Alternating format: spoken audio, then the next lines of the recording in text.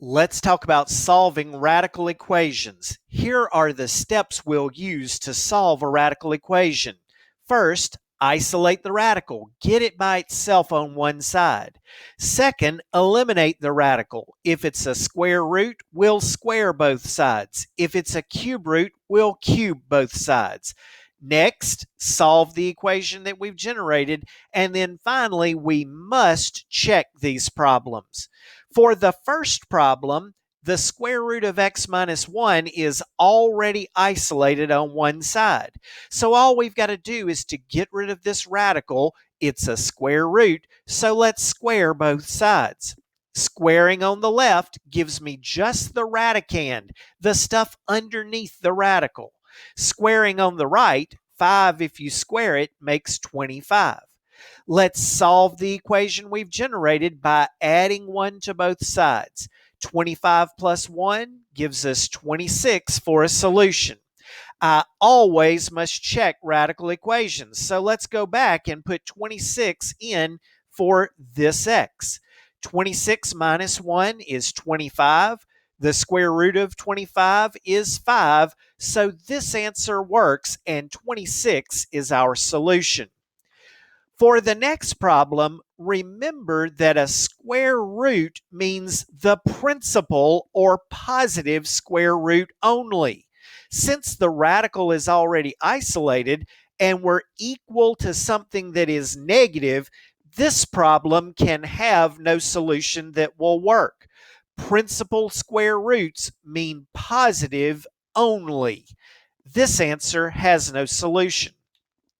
For the next one, looks like we need to isolate the radical first by adding 1 to both sides. When I add 1 to both sides, this 1 is gone. 6 plus 1 gives us 7, and now our radical is isolated. Let's square both sides, leaving me just what's under the radical on the left. 7 if you square it gives us 49 on the right. Subtracting 3 from both sides gives me 46 for a solution. If I take 46 and substitute it back into the original equation, 46 plus 3 made 49. The square root of 49 is 7, and 7 minus 1 gives us 6 as an answer, so 46 is a good answer for this problem. Let's look at one that has an answer that won't work. First, notice that our radical is already isolated in this problem, so we're ready to square both sides. It doesn't matter that the radical is on the right-hand side, the problem works just the same way. When I square on the right-hand side, we end up with just the radicand, just the stuff that was under the radical. On the left-hand side, if we square x minus 6, we take the first term and square it to get x squared. We multiply the terms together and then times 2 to get minus 12x, and then we square the back one to get plus 36. If you have any trouble in trying to square this binomial x minus 6, remember you can always write it as x minus 6 times x minus 6 and FOIL it to get to our result. Now, the equation that we've created is quadratic. That means it has a degree of 2, and to solve a quadratic equation, we must get everything on one side with 0 on the other. The easiest way for us to do that is to move this x to the left by subtracting it. So if I subtract x from both sides, minus 12x minus that x will give me negative 13x in the middle. Now that we've got everything on the same side with 0 on the other, we factor the equation to solve.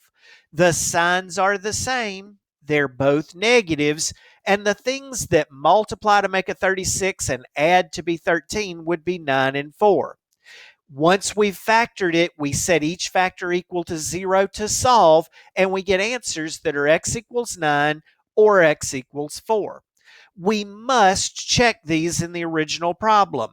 If I take 9 and I put it in for each of these x's, we would have 9 minus 6 on the left and the square root of 9 on the right. 9 minus 6 is 3. Square root of 9 is 3. This works. 9 is a good answer. But look at 4. When we put 4 in for each of the x's, we get 4 minus 6 on the left and square root of 4 on the right. 4 minus 6 is negative 2. The square root of 4 means the principal or positive square root of 4, so this is positive 2. These are not equal to each other. This is what is called an extraneous solution that does not work. We only report answers that work, so the only answer that we report is x equals 9. 4 is thrown away since it is extraneous. To solve a radical equation, we first isolate the radical, eliminate the radical next, solve, and remember you must check at the end.